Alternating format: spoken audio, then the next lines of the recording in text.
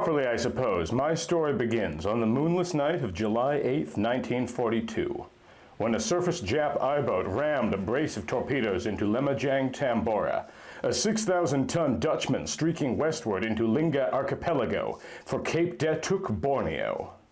Lemajang Tambora died instantly, a pall of flame enveloping her as she cracked amidships and settled into a cold South China Sea, all but 11 of her 74-man crew dying with her. I was ship's quartermaster, standing port wingtip 12 to 6, but the explosions that racked the merchantman merely catapulted my body clear of the undertow, so that I floated away.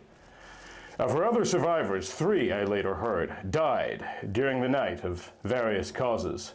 Shark, internal hemorrhages, broken neck. But 7 men were picked up the following afternoon by a British destroyer, and when they could speak, confessed a unanimous belief that they were the sole personnel who had not perished. In a sense, they were right. I was yet to be eaten by the giant crabs of the Bata's Islands, a far more horrifying end than drowning, I assure you. Throughout the night, I clung desperately to a splint of boom that surged at dawn into the sharp tidal sweep of a small atoll and pitched me bodily onto white coral sands beneath a fringe of twisted palms. And there, exhausted completely, I slept for many hours. I awoke at dusk, my shirt and pants dried to my body, my throat parched and my body incredibly stiff and aching. I could see the dragon leaves of the darker inner verdure beyond the trees, so I climbed the bank and began walking, believing somewhere I'd find fresh water. For a while I was filled with an overwhelming remorse for my shipmates.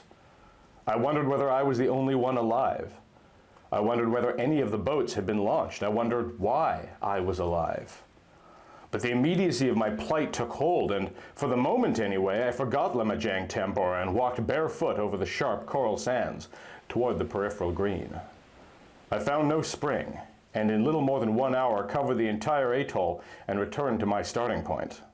Suddenly I stared down at my feet, cursing myself for a fantastic stupidity. Coconuts! Coconuts on top of coconuts! I crashed one atop another, and the tepid milky ooze surged into my hands. For long minutes I indulged my thirst and made my ablutions and feasted. Then I walked along the east shore, thinking about shelter and a vantage point to search for ships. Again, the palms of the atoll served to console me. I promptly made a bed of crushed frond in the lee of the wind. In the morning, I planned to tie my shirt midpoint of a large tree trunk and wait.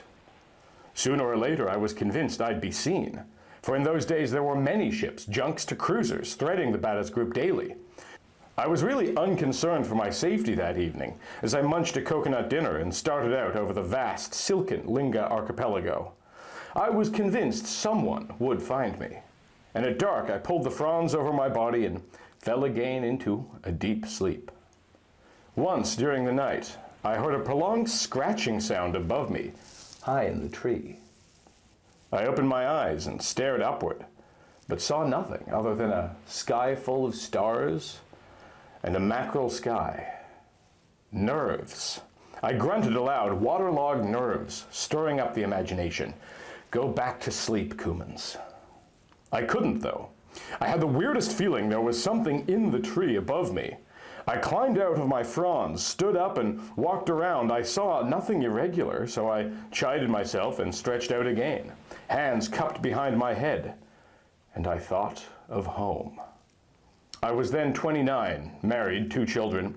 With the capture of Java, my family had been interned by the Japanese. Only a handful of natives and Dutchmen remained to run the desperate gamut of gunboats into the open sea in defiance of the Nippon. But for 2 complete runs, we of Lemajang Tambora had done this. First with refugees and military personnel, and finally with cargo earmarked for the British, hove to in the Tempelian group. When they find me, I thought, I'll rejoin the Dutch on another ship. Isn't there always another somewhere? In a way, the idea amused me too, for deep down I hated the sea. I was a farmer turned quartermaster by a sense of patriotism, little else. I had left 80 acres at Chilapjap because of the Nip invasion, and the only thing I really wanted was to return home. I leaned up on one elbow, staring out at the white water breaking on the reef, and watched it coruscating under the mottled sky.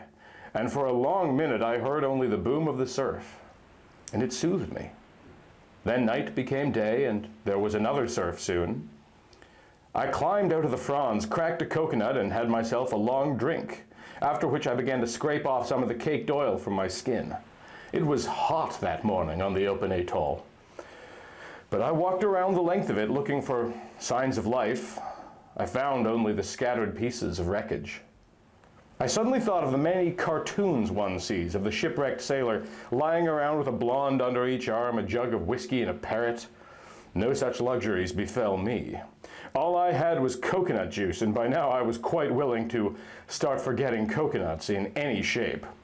But I was far from discouraged, because I figured that somewhere out on that broad expanse of archipelago, a ship would come and find me.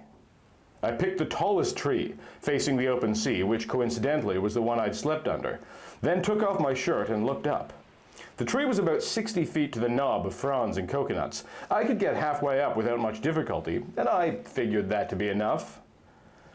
I remember how I felt then, before I went up, before the man-eating crabs began dining on fingers. I remember I felt good sitting at the trunk, staring out over the blue surf and imagining I could see the spindly cross braces of a ship beyond the pall of sun haze. I supposed all men cast adrift on lumps of coral felt as I did, imagining form and shadow, believing an optical illusion to be real and palpable. Yet as much as I realized I was wishful thinking then, I could scarcely tear my eyes away from what I thought I saw on the horizon.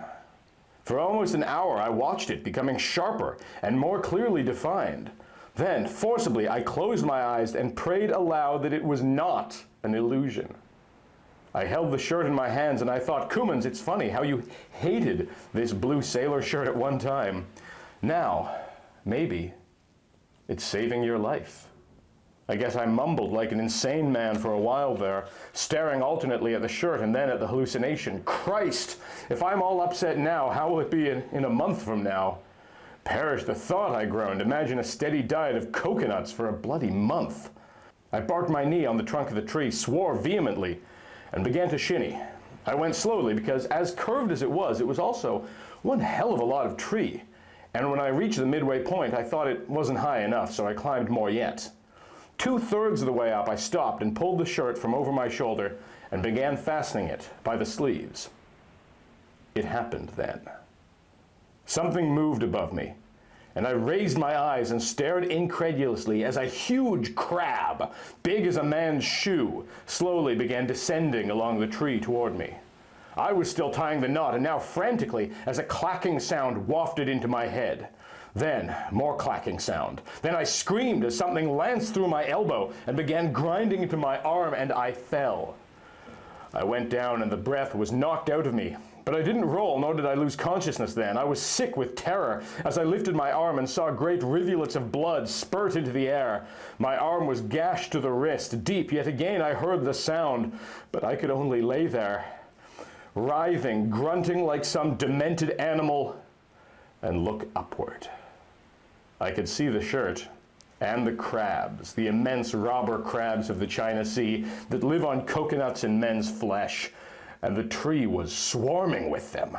I tasted blood in my throat as I raised my head and tried frantically to stand. I was up on one leg as the waves of nausea and blackness engulfed me, and I felt myself sprawling headlong into the white sand. Reality faded, and with it the tapping sound of claws and the weird scratching hard-shell bodies running down the tree trunk. It was the searing agony of pincer claws ripping through my hands I knew first. As consciousness returned, I screamed as I felt the snapping of bone and pain lancing into my armpits. My body felt a fire, and I bolted upright, shrieking, waving my hands, trying to shake them off. They crawled over my legs, pulling pieces of flesh, skewering me. Blood spanked out over the sand as I hurled myself up and began jumping and screaming, beating them and pushing them off my chest and arms, and then the fingers of my right hand came off. I could see 3 of them fighting over my fingers, scratching, hooking the fingers, and running with them like a football player with the ball. My fingers! I tried to hold the hand up, and I moaned and almost fainted again, but managed to brush one crab from my chest and stumble toward the surf. Endlessly, I screamed as they crawled toward me, dozens of them heavy as 10-pound weights, with shiny black bodies and claws round as saucers. I had only the stump of a thumb on my right hand and no fingers at all on my left, but I used what I had to club them. Even as I fell, again weak from loss of blood and the sheer monstrous terror of it all, I scrambled on my rump toward the water. But the crabs followed me, slowly and relentlessly, until I thought I would never overcome those last few yards. I looked at my hands and cried and shrieked as I saw the thick redness gushing from purple veins that flopped over limply like dead worms. I saw bone, gray bone where there had been a left ankle. I saw the skin of my chest laid down like the blubber of a whale's belly. I felt the water coming up under my body and stared mutely as it became red and warm with my life. My head tilted backward and I slid under, praying for death. But I didn't stay down. God only knows why I forced myself to the surface, to sit there and stare at the dark line of robber crabs fringing the shore. But sit and stare I did in warm, waist-high water, moaning incoherently and trying to hold my fingerless hands together. And in that manner I was found by 4 Sumatrans in a fishing dhow. They'd come to pick up wreckage, as was their custom those days. But I knew nothing of this, nor anything else, for 3 months. I was out of my mind from shock. I felt no sensation of any type as they lifted my body from the water and swaddled me in burlap. I was taken to the island of Singkep in the Berhala Straits, where both hands were amputated beneath the wrists. In other parts of my body, I received almost 400 stitches and quarts of plasma. I have no idea why the Japanese doctors who saved my life bothered to do so. Perhaps it was the novelty of so completely a degraded human. I can't say, really. I can only say, I wish I'd gone down with Lemajang Tambora. That kind of death would have been a far more merciful one. This exhibit of the Mutant Museum is made possible by the generous support of all these wonderful people you see on screen right now, particularly Michael Fattori and Break System BSE, as well as Eva on Coffee. Big thank you to all of the above. You can find me other places online at the links provided in the description, and thank you for being you.